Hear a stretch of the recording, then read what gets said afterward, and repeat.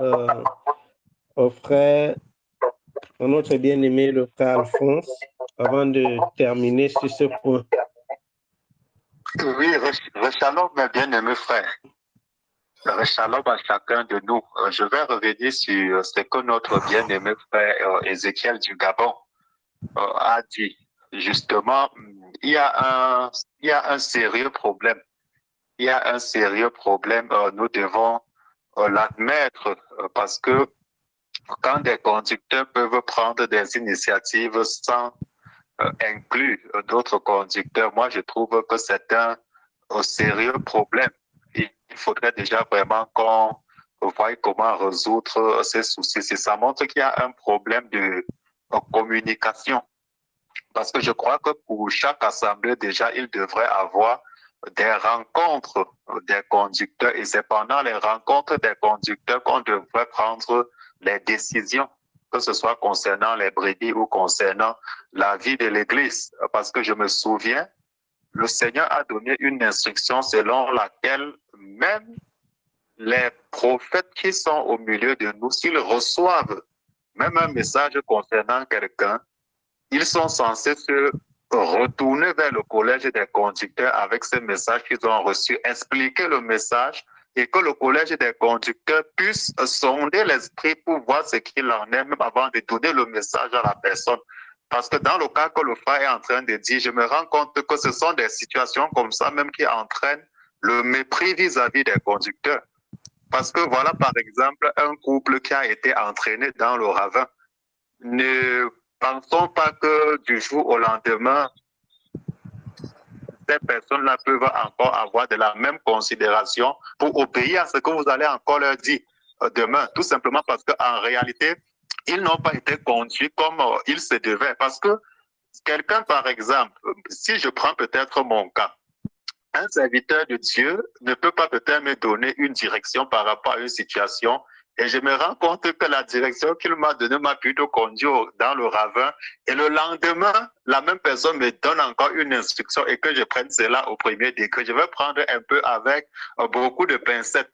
Et je crois que ça peut être également le cas dans cette affaire où peut-être les brebis ne considèrent plus ceux qui les conduisent simplement parce qu'ils se disent que non, peut-être la fois passée, j'ai soumis une situation, mais l'instruction m'a donné, au fait, ça m'a plutôt induit en erreur. Et c'est des vies de personnes qui les questionnent. C'est des vies des personnes qui les questionnent.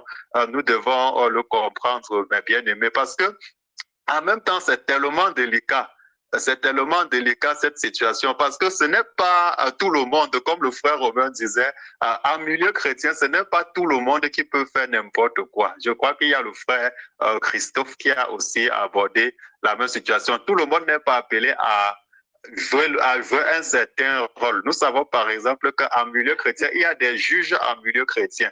Ça veut dire qu'il y a des personnes que quand il y a même un problème en milieu chrétien, ce sont eux qui donnent la dernière parole. Et cette dernière parole qu'ils donnent, c'est la direction du Seigneur. Donc c'est très délicat, mes bien-aimés, c'est très délicat la gestion de l'Église. Et surtout, des choses qui concernent la vie des personnes, c'est tellement délicat. Parce que je partageais avec une sœur une fois et elle me disait que quand elle l'a cru, l'homme avec qui elle était à l'époque, elle n'était pas mariée et elle-même elle savait qu'elle n'était pas mariée et que la direction qui lui avait été donnée, c'était de se séparer, puisque l'union dans laquelle elle était n'était pas déjà une union vraiment avec les bases scripturaires. Et qu'entre-temps, il y a un autre conducteur qui est encore plutôt venu lui donner une autre direction. Donc, vous voyez, on se retrouve dans une situation où plusieurs conducteurs donnent des directions différentes à une brebis. Voudrons-nous que cette brebis-là nous considère comment par la suite? Donc, c'est autant de choses, mes bien-aimés. Et ces choses sont très délicates, comme je le dis encore. Ces choses sont très délicates parce que quelqu'un même qui exerce dans un ministère prophétique peut recevoir un message et il ne comprend pas le fond du message. Maintenant, c'est en expliquant le message. Vous voyez par exemple que le frère Ézéchiel, quand il reçoit le message de la clé de la voiture qui lui est remise, il pense que c'est une bénédiction physique. Mais c'est quand il l'explique qu'un autre frère lui dit que non, ne prends pas ça dans ce sens. Et le frère lui donne en réalité la direction par rapport à ça. Or, s'il était resté avec le message qu'il a reçu, devait avoir une interprétation. Or, s'il reçoit ce message-là plutôt pour une personne, il doit donner un message à une personne avec une interprétation qui n'est pas dans la pensée de Dieu. C'est pour ça que je ne crois pas qu'on a quelque chose à démontrer, comme un frère disait, ou quelque chose à prouver. C'est pour ça que devant un message qu'on a reçu, bien aimé, ne nous aventurons pas, ne soyons pas prompts à dire ou à donner des directions aux gens. Il est question pour nous vraiment de travailler dans le collège des conducteurs en collégialité et c'est ce qui va nous garder. C'est ce qui va nous garder, je vous assure. Parce que si tu reçois un message concernant peut-être une brebis, concernant un frère, concernant une sœur, vaut mieux te rapprocher du collège des conducteurs avec tes frères bien-aimés conducteurs. Tu dis par rapport à la situation de tel, voici ce que j'ai reçu. Et que les uns et les autres examinent. Que les uns et les autres examinent. La direction du Seigneur doit sortir, mais que ce soit vraiment en collégialité. Parce que le plus souvent, quand on agit seul, il est très susceptible qu'on se trompe. Il est très susceptible qu'on se trompe. Il y a le témoignage d'un frère qui m'a tellement marqué. Ce frère-là, au fait, il a un ministère prophétique. Et il me dit qu'un jour, il a reçu une vision concernant un maman, mes bien-aimés. Dans la vision concernant cette maman-là, il dit qu'il a vu la maman avec un cœur. Donc, avec un cœur humain dans sa main. Et le cœur était en train de saigner. Donc, du sang saignait sur ce cœur-là. Et lui, il a compris que non, cette maman-là est dans la sorcellerie et qu'elle mange le cœur des gens. Il est donc allé, il s'est précipité, il allait dire à la maman-là de se repentir parce qu'elle est dans la sorcellerie. Mais il dit que quand il est rentré et quand il s'est prosterné, il priait, Dieu lui a dit que tu viens de blesser une femme qui a déjà le cœur qui saigne. Il dit que c'est où il a compris le message que Dieu était en train de donner. Or, lui, l'interprétation qu'il avait vue, parce qu'il avait vu le cœur avec le sang dans la main de la femme, il s'est précipité à dire que non, cette femme-ci, elle est sorcière. Elle est dans la sorcellerie. Il allait lui donner le message. Donc, c'est autant de choses. Et nous devons vraiment prendre cela avec beaucoup de pincettes. Surtout les prophètes, comme il l'a dit, je crois, c'est dans l'enseignement du séisme là. Cette partie m'a beaucoup marqué. Surtout les prophètes, parce que venir donner des directions qui engagent des vies, c'est très délicat. C'est très délicat. Donc, c'est ce que je voulais encore ajouter, mes bien-aimés frères. Donc, oui. il y a un si vraiment. Allô? Amen. Allô? Oui, mon frère, vas-y. Oui, frère Galès, s'il te plaît, je sais que c'est le frère Alphonse qui devait clôturer avec cette phase-ci là, mais je vais profiter de ce que le frère Alphonse a dit pour placer 2 ou 3 paroles rapidement. Je vous en prie.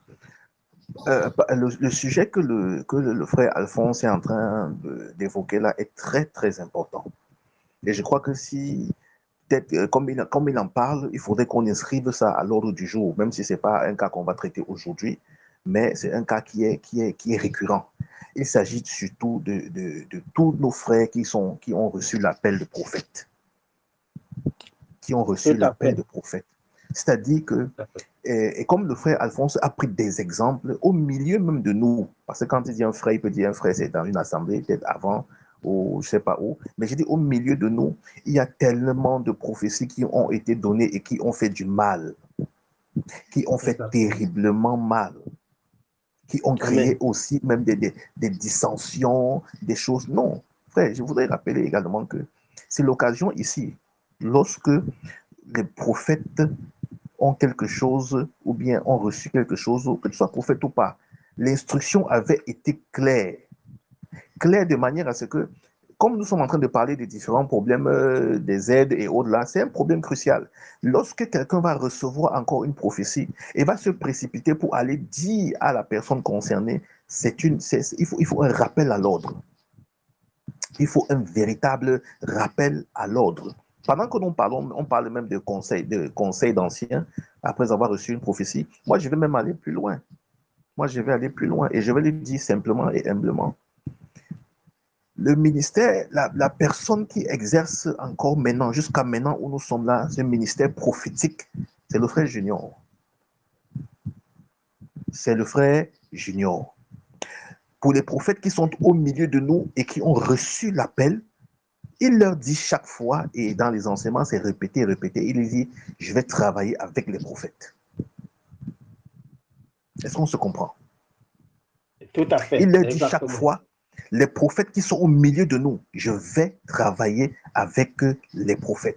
C'est récurrent. Et j'aimerais que mes frères qui ont cet appel-là sur leur vie comprennent et restent et attendent humblement le temps jusqu'à ce qu'ils puissent entrer maintenant en fonction.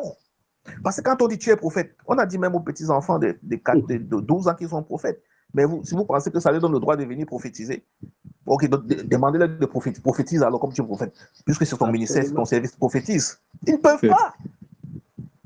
Pour dire qu'il y a un temps, il y a un temps de latence, un temps d'attente. Ou n'est-ce pas, avec le coaching de celui qui est déjà dans la fonction, qui exerce déjà dans le ministère. Étant à ses pieds, ils vont apprendre humblement et doucement comment ça se passe, comment dans ce service-là, comment faire, comment reconnaître, prophétiser. Ça s'enseigne, mes frères bien-aimés, prophètes. Ça s'enseigne. Donc ne soyez pas pressés. Ne soyez pas pressés. Prenez du temps pour attendre. Et je le dis comme ça de manière brute. C'est le frère Junior. C'est le frère Junior. Au point où, même si quelqu'un devrait dire que je voudrais avoir une direction, mon ami, moi, je vais te dire, moi, le frère, je vais te dire, va consulter le prophète. Pas va consulter les prophètes. Non, non, non, non, non. Va consulter le prophète. Au milieu de nous, il y a le prophète. Dans le livre des rois, il y a une jeune fille qui a dit à son maître, à Naaman, que si mon maître, à sa patronne, que si mon maître avait été en Israël, le prophète l'aurait guéri. Identifiant justement quelqu'un qui est dans ce ministère, quelqu'un qui travaille déjà, quelqu'un qui est déjà en train d'exercer. Et les fruits sont palpables et sont visibles. Vous pensez que quand on dit Bamba Iba, prophétie réalisée, c'est pour rien? On donne une prophétie, on me dit réalisation. Il faudrait comprendre. Prophétie, réalisation, prophétie, et que aucun ne fait défaut. Aucun ne fait défaut, bien-aimé dans le Seigneur. Donc, ayons également l'humilité, nous qui sommes là, pendant que les uns et les autres disent que quand tu as quelque chose là, parle au conseil, parle au collège des conducteurs, ça c'est ce qu'il faut faire pour l'instant. Oui, si tu n'as pas de direction, ne va pas donner une direction de manière, par orgueil, ou bien pour dire que Dieu me parle aussi. Non, parle au conseil des conducteurs, au collège des anciens, parler, partager, et c'est dans le collège des anciens que Dieu peut révéler la direction à une des personnes qui est parmi vous. Pour l'instant, c'est ce qu'il faut faire. Mais si nous ne voulons pas nous buter, aller contre un mur, face à un mur, il y a le prophète au milieu de nous. Que le Seigneur nous bénisse. Amen. Amen. Amen. Que le Seigneur te bénisse abondamment, mon frère. Absolument. Absolument. En tout cas, les choses, c'est un ne peut plus clair par rapport à ce sujet-là. Ça fait partie des sujets qui sont véritablement épineux au milieu de nous. Épineux pour plusieurs raisons. Épineux parce qu'il y a eu il y a vraiment eu des couacs. Il y en a qui ont subi véritablement des situations très difficiles, même dans la vie personnelle, allant parfois même à toucher la vie conjugale. Et c'est très compliqué lorsque le nom du Seigneur est mêlé à quelque chose qui semble ne pas être juste. Parce que celui qui prophétise et celui qui donne les instructions ou alors des directions dit toujours, voilà, j'étais convaincu, j'étais sûr, c'est ce que j'ai.